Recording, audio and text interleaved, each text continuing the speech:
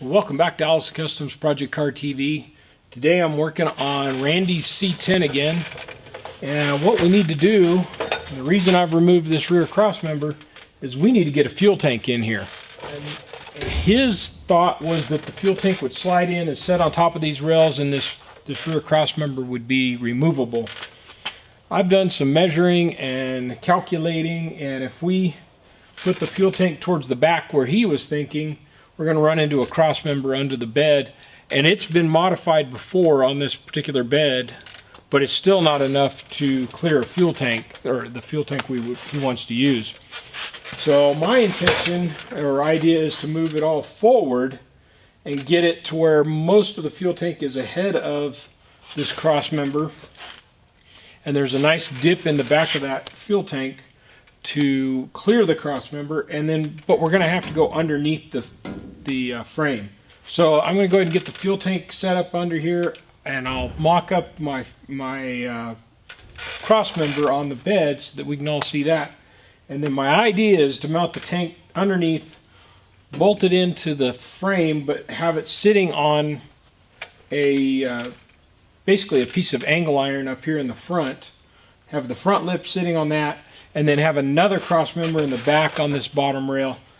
Probably another piece of angle iron along the back here that will catch the back side of the fuel tank, and it can bolt in so that that can be dropped, slide the tank out of the forward one, but there'll still be like 2 bolts on each side that locate that fuel tank so it can't be moving around or bouncing up and down. So I'll show you what I got going.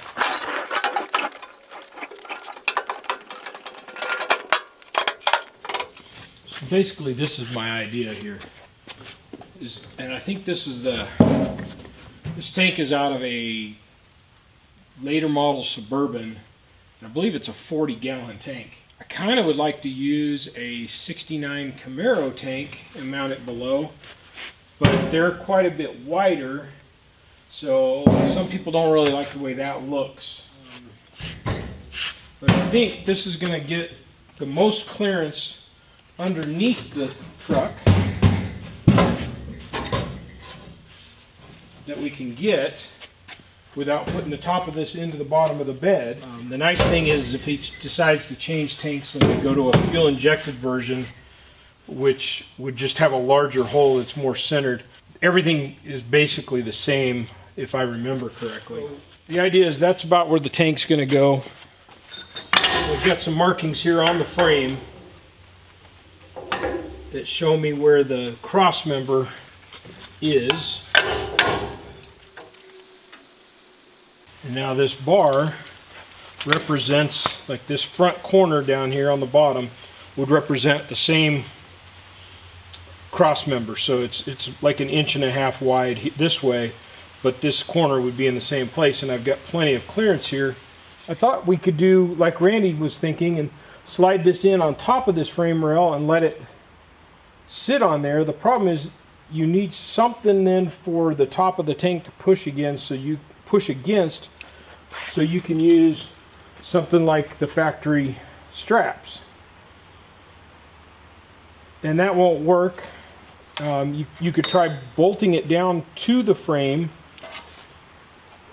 but you're going to need some additional cross member back here. The other problem with that is just moving it to the top of the frame rail, because this frame rail kicks up at the front on both sides. Just moving it to the top lifts it up over 3/4 inch, and then we're right into this cross member. Tried a few different, I guess, iterations, and the biggest problem is not really the top of the tank, it's this thing. Right now this is below the top of this, which while the bottom of this represents the cross member, the top of this is within about 1/4 inch of the height of the bottom of the bed. So that gives me a little room. If I say this is the bottom of the bed and this front corner is the cross member, this clears right now. Moving it up any at all, and this is going to hit, and we're going to have a whole different set of problems under the bed. So this is the closest I can get to what Randy had in mind. So what we want to do is mount it here.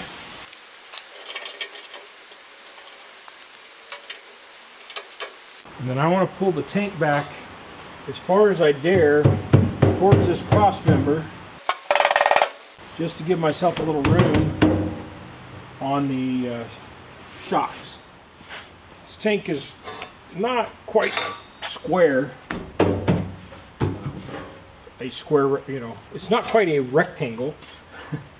It's not quite square. Things are kind of going different directions in a few places. And then, I don't know, it's got a big dent over here. May have been while it's been stored or just what, but you know, this project's been going on for quite a while. So I've got about an even gap here versus here. And by backing up and getting a view of this, you can look at it and see whether it's running parallel. And your eye will surprisingly catch some pretty close tolerances.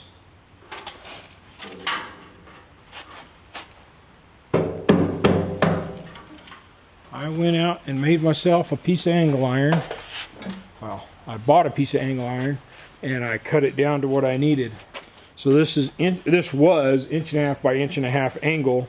Then I cut down the one side. I took about 3/4 of an inch off so that this is where the tank will sit, but I needed this height up underneath the frame. So we can put this kind of back over here, turn on the welder, and we're going to tack that into place.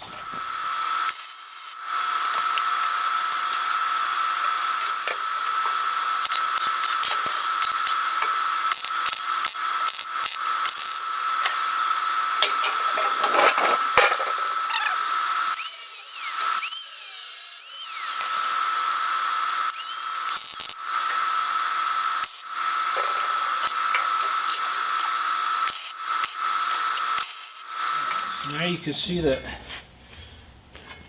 new cross member, and that's the reason I kind of cut the ends out here to a little bit of a wedge so it wouldn't be quite so ugly. And then this would slide in. All you have to do is pick it up the last second anyway. Get it in there.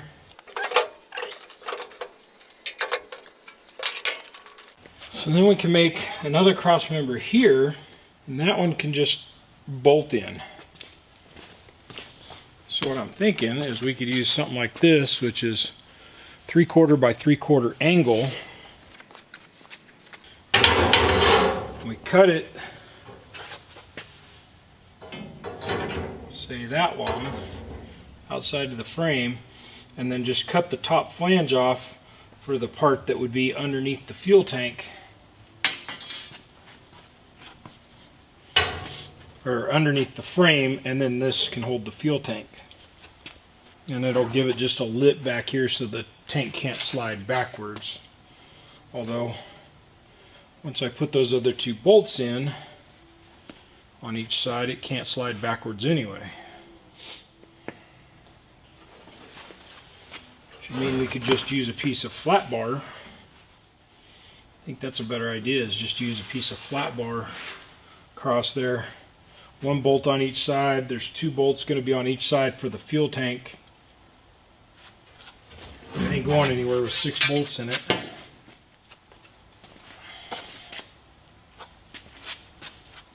Alright, let's find some flat bar.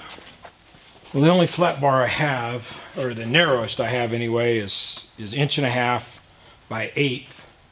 I didn't have anything narrower, and everything else I have is either wider and or thicker. So this piece is in the scrap bin. It's almost exactly the right length. So I'm thinking we just cut off the ends, round the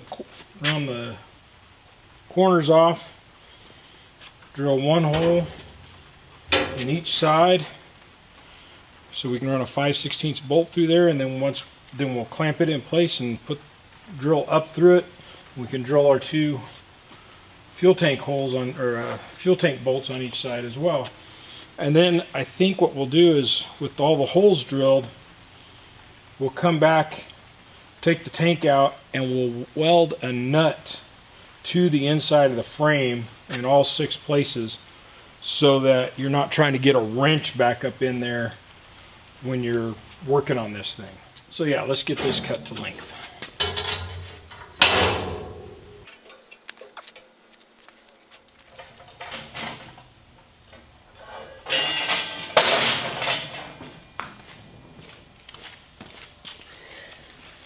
Helps if you plug it in.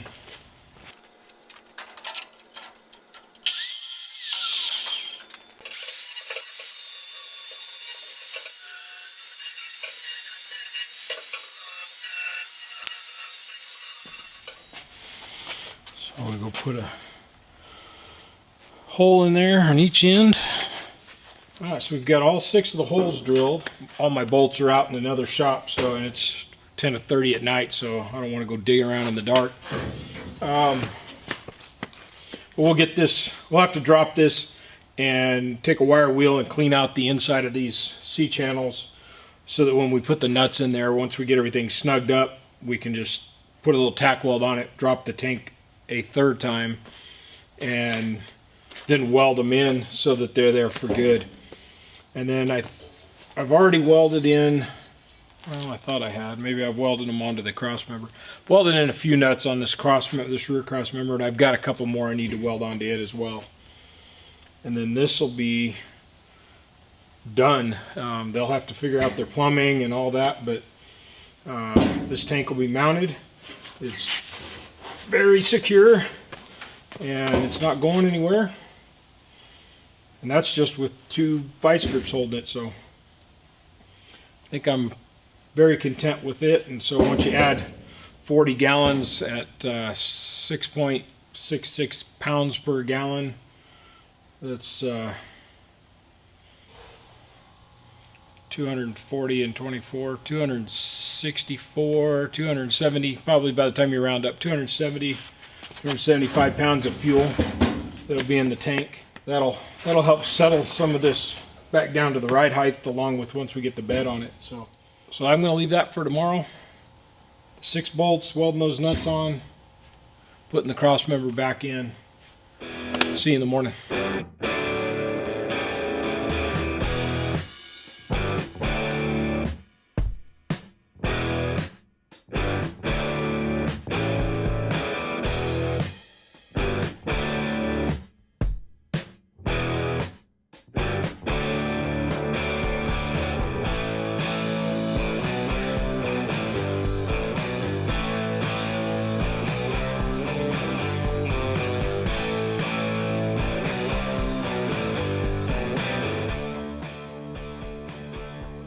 So there we have it, fuel tank installed.